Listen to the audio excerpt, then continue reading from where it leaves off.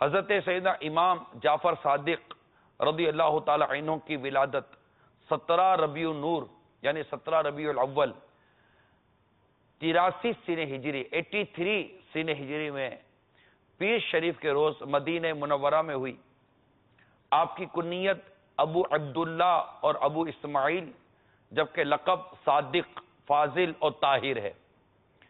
آپ رضی اللہ تعالی عنہ حضرت سیدنا امام محمد باقر رضی اللہ تعالی عنہ کے بڑے شہزادے ہیں۔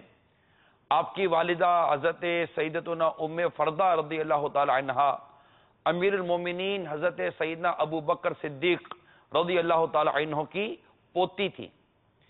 حضرت سیدنا امام جعفر صادق رضی اللہ تعالی عنہ ظاہری و باطنی علوم کے جامع تھے اور ریاضت اور عبادت و مجاہدے میں بڑے مشہور تھے۔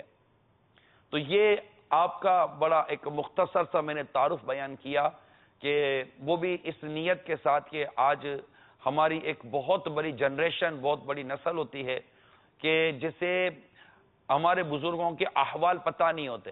یہ ہمارے مطلب کہ یہ محرومی ہے۔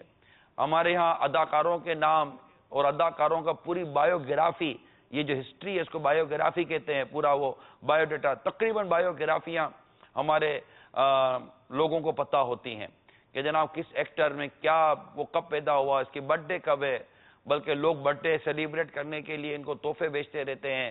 یہ سب ہو رہا ہوتا ہے، لیکن ہمارے بزرگان دین، ہمارے اسلاف، یہ ان کی ولادت کب ہوئی، ان کا وصال کب ہوا، ان کا زندگی کا انداز کیا تھا، ان کا دور کون سا تھا، اس کے بارے میں عموماً ہمارے یہاں اتنی معلومات نہیں ہوتی۔